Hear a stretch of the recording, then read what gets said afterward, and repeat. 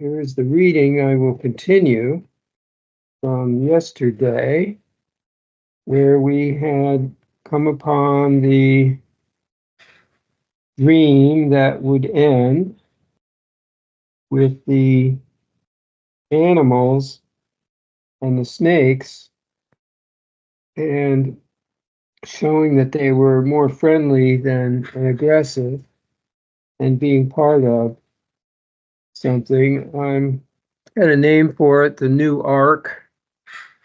And here's part 2 of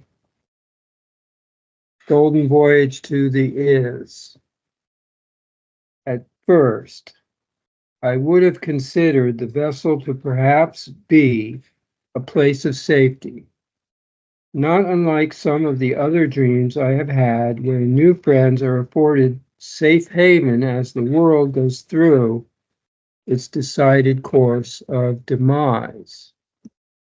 Everything experienced being the overall effect of the causes set in motion, though decisions, choices, and agreements, and that is through them, and as the majority are in agreement with. These ideas that represent demise and awareness constriction, then, this is the experience they will have. But for those deciding to recognize their real intent and become more aware, they stand in the new nowness beyond cause and effect creation. And so through this choice, they will not be the unconscious effects of their unawareness, as the majority are. And it seems new friends deciding this may well be afforded a position that has them continuing on with their process, unhindered by the coming global upheavals.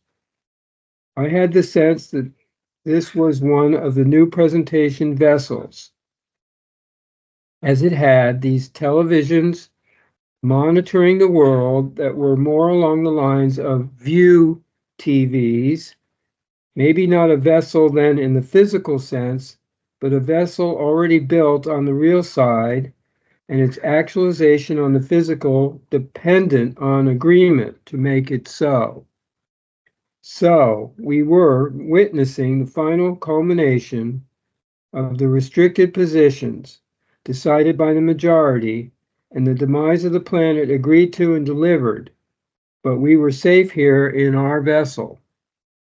So maybe we were being taken to a safer position through the life levels to one which will give us a little breathing space for the completion of our recognition of the real universes and our awareness process. Traveling to this destination aboard the real side new presentation vessel. Evidently, then, those with me here were new friends and those with the real intent and heart for the journey, standing real and thus superseding the necessity to experience these end-time physical level disasters. I did not recognize them, but assumed they perhaps were those I did not know on the physical level, or at least not as familiar with. Or I wasn't really considering their identities, as often we don't on the real side. And only on waking do we ponder and wonder as to who they were. The others may have been in other parts of the vessel, or maybe other vessels, sailing beyond the physical, literally speaking, as everything is, and so there is no traveling to anywhere. In fact, it's all because of our recognition. And here was Lindsay, my sister, who continues to show no interest in the new presentation and the knowledge of the is and the guides. But I have seen a fluctuation of interest on the real side with her. Sometimes she listens, sometimes she will not. She didn't have her usual attitudes and created consciousness here. Her atypical personal self was absent, so maybe I was encountering one of her vehicles on a higher level in the psych realms, beyond some of the mental and emotional dross that makes up the created self. but it's unlikely she would be here, as I would say none of her vehicles throughout the creational life levels have the focus and real intent recognized to move beyond the experience that she would be sharing with the majority of people back on the physical level Earth. So she may have been a guide, as they often assume roles of family members and such. With all individuals that we know, there will be emotional attachment and tap lines, particularly with family members. These are best released, or anything we cling to and tap lines us still will have us trapped in the cause and effect cycles of the incarnational and creational matrix. So maybe this was a demonstration, a reminder of emotional tap lines we need to address, exemplified by Lindsay standing there, in this case. Maybe, yes, she was a guide, but providing a demonstration by the very form the guide chose to adapt. I'm thinking I'll read just a little more. Perhaps then I was successful taking heed, recognizing this tap line and deciding its removal as now I was in the front of the ship with the captain at the wheel. If I had retained the tap line, I may not have had this privilege. A little like dreams where I've been presented with an agreement or an attachment, decided its release, and then the consequent scene is one I would have not experienced had I not removed the tap lines.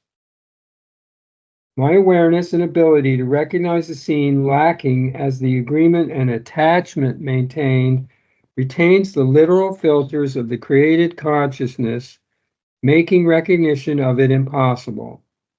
So had I not released this particular tap line, I may not have been in the scene.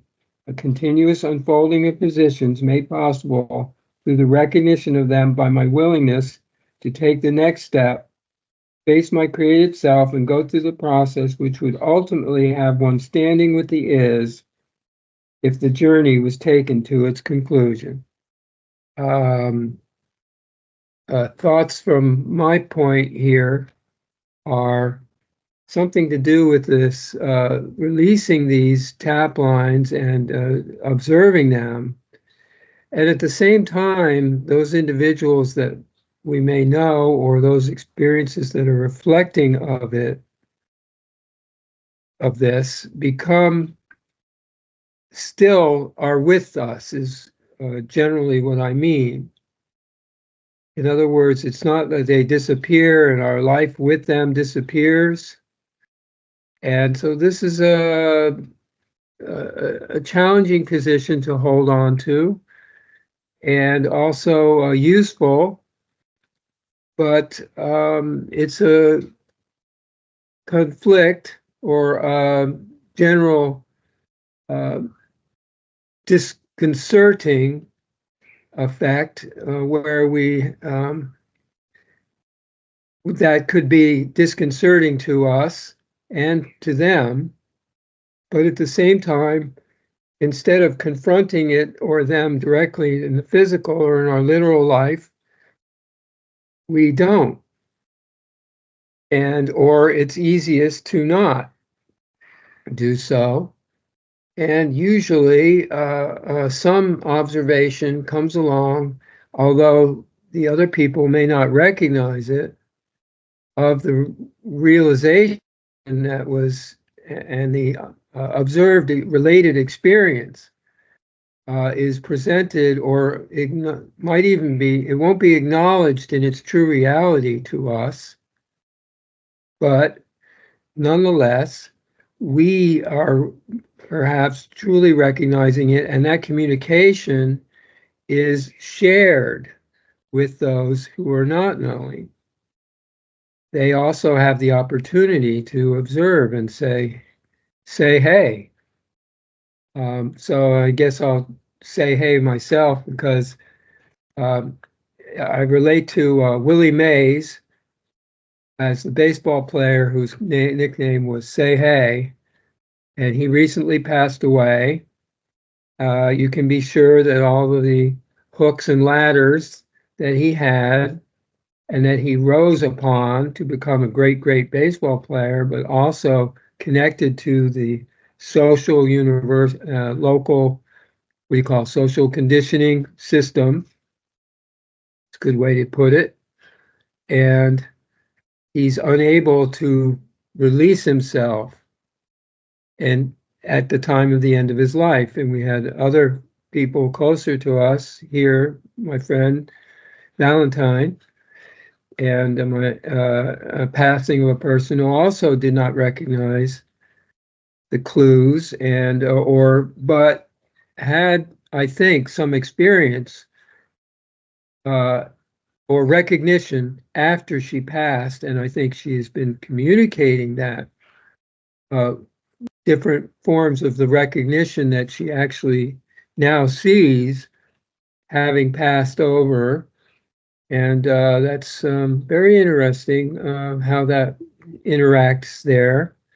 And I've had a lot of people pass away, and people I didn't know or people that I had a beloved interest in, actors, actresses, etc., or public figures maybe, and they have come to me, or I was with them, let's say, on the other side or wherever, and that is been somewhat common. So here was another one who's very real, and so we continue, I guess I'd say, to end that this sharing that we can do with our friends does not have to be directly confrontive. We might just be sharing the dreams we had. We know it's very likely they're not going to accept the whole idea of what happened or the true reality that it was, but they, at some level, I think we could say they're all getting it, and their level of recognition is what's important in that way. Each of our level of recognition up to us, and that's just the way it is in the all is. You know, what is that signing off? There's that guy who did all those talks on the radio a long time ago, and he's Thru Cronkite? No, the other one who did all these really good,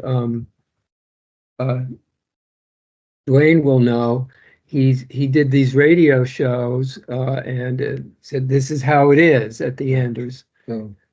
Forgot his name and the thing, but we'll look it up. And because he's very truthful and for the most part, and showing what, that's what really happened with this famous person or actual event, and his descriptions are very lively and on target as well. Forgot his name though. Wonderful old, 100 years ago radio host, or maybe 80 years ago. 50s, 1950s and 60s. Man, we'll look it up, find out. Thank you, Val, very much. Thank you, Peter.